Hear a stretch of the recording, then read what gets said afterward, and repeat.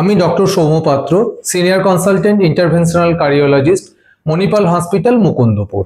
আজকে আমাদের আলোচ্য বিষয় হলো জিমে এবং তার সাথে হার্টের অ্যাটাকের বা হার্টের রোগের কোনো সম্পর্ক রয়েছে কিনা। আজকাল আপনারা অনেকেই জেনে থাকবেন যে যারা জিমে যাচ্ছেন তাদের মধ্যে কারুর ক্ষেত্রে দেখা যাচ্ছে যে জিম করার সময়ও হার্ট অ্যাটাক বা হার্টের রোগটা ধরা পড়ছে। রিসেন্টলি আপনারা হয়তো শুনে থাকবেন আমাদের যে বিখ্যাত ক্রিকেটার মিস্টার সৌরভ গাঙ্গুলি, উনিও জিম করতে করতেই ওনার কিন্তু হার্টের রোগের প্রথম যে সিমটমস, বুকে ব্যথা, এটা ধরা পড়ে এবং পরবর্তীকালে ওনাকেও কিন্তু হার্ট অ্যাটাকের একটা ধরন ছিল, যার কারণে অ্যাঞ্জিওগ্রাম অ্যাঞ্জিওপ্লাস্টির মধ্যে দিয়ে যেতে হয়। তো আমরা এখন যেটা দেখতে পাচ্ছি যে কম বয়সীদের মধ্যেও কিন্তু জিমে গিয়ে হার্টের অ্যাটাক বা হার্টের রোগের কিন্তু ধরা পড়ছে। এই কথাটা কিন্তু হয়তো সঠিক নয় যে জিমে গেলেই হার্টের প্রবলেম হবে, কিন্তু আমরা অনেকে জিমে যাই যাদের মধ্যে হয়তো হাইপারটেনশন রয়েছে, সুগার, প্রেশার এগুলো বেশি থাকে, যেগুলো আনকন্ট্রোল অবস্থায় থাকে, আমরা কখনো ডাক্তারের পরামর্শ নিইনি।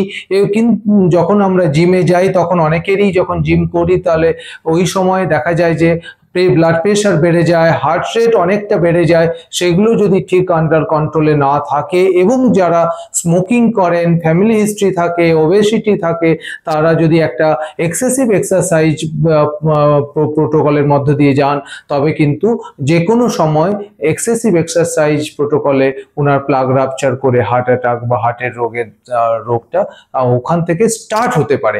কিন্তু তার মানে নয় যে জিম করার জন্য হয়েছে, এটা কিন্তু ওনার মধ্যে ছিল।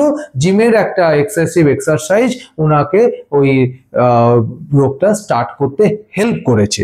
এবারে যদি বলি যে আমাদের জিনগত ব্যাপারটা রয়েছে কিনা, ডেফিনেটলি ইয়াং ইন্ডিভিজুয়াল যারা কম বয়সীদের মধ্যে আজকে হার্টের রোগের প্রবণতা ধরা পড়ছে, তার একটা অন্যতম কারণ কিন্তু আমাদের দেশে জেনেটিক ফ্যাক্টরের কারণেই হচ্ছে যে পরিবারের কারুর হার্টের প্রবলেম ছিল, সেটা মা, বাবা বা ব্লাড রিলেটেড কারুর ছিল, তাদের মধ্যে হার্টের প্রবলেম ছিল, যেটা হয়তো কখনো ধরা পড়ে, কখনো ধরা পড়ে না, কখনো সাডেন কার্ডিয়াক ডেথ হয়ে যায়। তো সেই হার্টের যদি কোনো প্রবলেম থাকে তাহলে কিন্তু মানে প্রত্যেকটা জেনারেশন বাই জেনারেশন হার্টের কিন্তু প্রবলেম থাকার চান্স রয়েছে। তার মানে যে সবারই হবে ব্যাপারটা তা নয়, কিন্তু যাদের ক্ষেত্রে রিস্ক ফ্যাক্টর থাকে, ধরুন কেউ স্মোকিং করেন, কারোর ক্ষেত্রে ডায়াবেটিস, প্রেশার যেগুলো আমি বললাম, তার সঙ্গে হচ্ছে যে ওবেসিটি, ফিজিক্যাল ইনঅ্যাক্টিভিটি এবং স্ট্রেস যদি থাকে, তাহলে কিন্তু তাদের মধ্যে হার্টের প্রবলেম আসতে পারে। এবং তারা যদি জিমে গিয়ে একটা এক্সেসিভ এক্সারসাইজ প্রোটোকলের মধ্যে দিয়ে যান, তাহলে হয়তো জিম করার সময়ও অনেকের হতে পারে। তো যেটা বলি যে কুঅভ্যাসগুলো যেগুলো রয়েছে, যেগুলো ধূমপান, মদ্যপান, এগুলো কিন্তু এই জিমে, যে আমরা বলি যে জিমে গেলেই হার্টের প্রবলেম হচ্ছে, তার মধ্যে কিন্তু এই অভ্যেসগুলো কিন্তু দায়ী। তাই আমাদের যেটা উচিত সেটা হচ্ছে জিমকে না দায়ী করে আমাদের বদভ্যাসগুলোকে চেঞ্জ করা উচিত।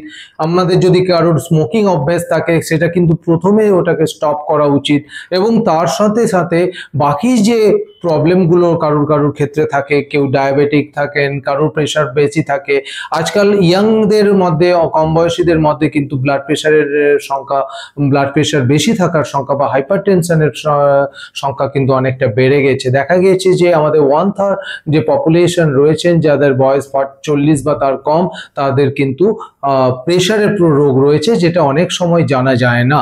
তো এইগুলো কিন্তু আমরা যদি চেক করে জিম করি, তাহলে কিন্তু ভয়ের কিছু থাকবে না। তাই জিমকে শুধু আমরা দায়ী করতে পারি না, তার সঙ্গে রয়েছে যে ডায়েটে আমাদের প্রোটিনের ল্যাক অফ প্রোটিন।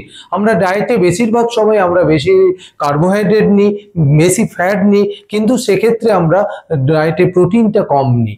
জিম যদি কেউ করেন, তার ক্ষেত্রে কিন্তু প্রোটিন রিকোয়ারমেন্ট অনেকটা বেড়ে যায়। সেক্ষেত্রে প্রোটিনের পরিমাণ বাড়িয়ে কার্বোহাইড্রেটের পরিমাণ কমিয়ে এবং ফ্যাটে যেটা কন্টেন্ট আমাদের ডায়েটে থাকে সেটা কমিয়ে কিন্তু একটা হেলদি ডায়েটের মধ্যে দিয়ে যেতে হবে, যাতে ফ্রুটস, ভেজিটেবলস, ফল, শাকসবজি, গ্রিন ভেজিটেবলস এগুলোর পরিমাণ কিন্তু বেশি থাকে, তাহলে কিন্তু সুবিধে হয়। এছাড়া ডেফিনেটলি ডায়াবেটিস কিন্তু আমাদের এই কম বয়সীদের মধ্যে কিন্তু অনেকটা নাম্বার বেড়ে গেছে। তাই ডায়াবেটিস আছে কি নেই, যখন 40 বছর বয়স বা তার আশেপাশে যখন যারা নতুনভাবে জিম শুরু করতে যাচ্ছেন, তখন কিন্তু ডায়াবেটিস বা প্রেশার প্রেশারের প্রবলেম বা আদার বদভ্যাসগুলো যেগুলো বললাম সেগুলো আছে কি নেই সেটা একজন ডাক্তারের সঙ্গে পরামর্শ করেই তবেই জিমে জয়েন করা উচিত। আদারওয়াইজ এমনি যদি আমরা রান করি, এমনি যদি আমরা স্কিপিং করি, এমনি যদি আমরা ফার্স্ট আমরা যদি ওয়াক করি, ব্রিস্ক ওয়াক যেটা বলা হয়, সেই ওয়াকগুলো যদি করি তাহলে কিন্তু প্রবলেম হওয়ার কথা নয়। কিন্তু ওয়েট লিফটিং যদি আমরা করি জিমে গিয়ে, সেই ওয়েট লিফটিং করার আগে কিন্তু আমাদের ডক্টরের সঙ্গে পরামর্শ নেওয়া উচিত যে আমার কোনো আন্ডারলাইং কোনো ডিজিজ রয়েছে কিনা, কোনো কমরবিড কন্ডিশন রয়েছে কিনা, অথবা আমার কোনো বদভ্যাস আছে কিনা, তাহলে সেটাকে স্টপ করিয়ে এবং family history of sudden cardiac death আছে কিনা সেইগুলো আমাদের অ্যাসেস করে তবেই হচ্ছে জিমের যে ওয়েট লিফটিং করা, জিমের যে বেশি মানে একটা প্রোটোকলগুলো রয়েছে, মাসল বাড়ানোর বা অন্য প্রোটোকলগুলো রয়েছে, সেগুলোর মধ্যে যাওয়া উচিত। কার্ডিয়াক এক্সারসাইজ করতে গেলে কিন্তু আমাদের যদিও ডক্টরের পরামর্শ লাগে, বাট কার্ডিয়াক এক্সারসাইজের মধ্যে কিন্তু এই রিস্কটা কম থাকে। যদি আমরা ওয়েট লিফটিং করতে যাই, যদি আমরা মাসল গ্রোথটাকে আমরা প্রমিনেন্স ফ্যাক্টর বলে ভাবি, তাহলে কিন্তু ডেফিনেটলি আমাদের যে রিস্ক ফ্যাক্টর রয়েছে সেই রিস্ক ফ্যাক্টর অ্যাসেস করতে হয় এবং তার সঙ্গে আমাদের যেটা দেখতে হয় যে কোনো ব্যাড হ্যাবিটস আছে কিনা সেগুলোকেও আমাদেরকে রুল আউট করতে হয়।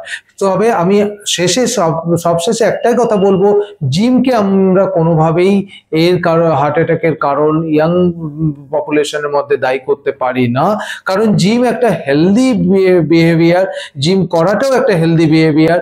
তো তার সঙ্গে যাদের মধ্যে রিস্ক ফ্যাক্টর রয়েছে সেই রিস্ক অ্যাসেসমেন্টটা আমরা যখন একটা স্ট্রেনাস অ্যাক্টিভিটিসের মধ্যে দিয়ে যাই বা ট্রেনিং এর মধ্যে দিয়ে যাই, তার আগে কিন্তু সেটাকে দেখতে হবে যে ওই ব্যক্তি ওই স্ট্রেনফুল যে এক্সারসাইজগুলো উনি নিতে পারবেন কিনা, তাহলে ওনার জিমে জয়েন করা উচিত।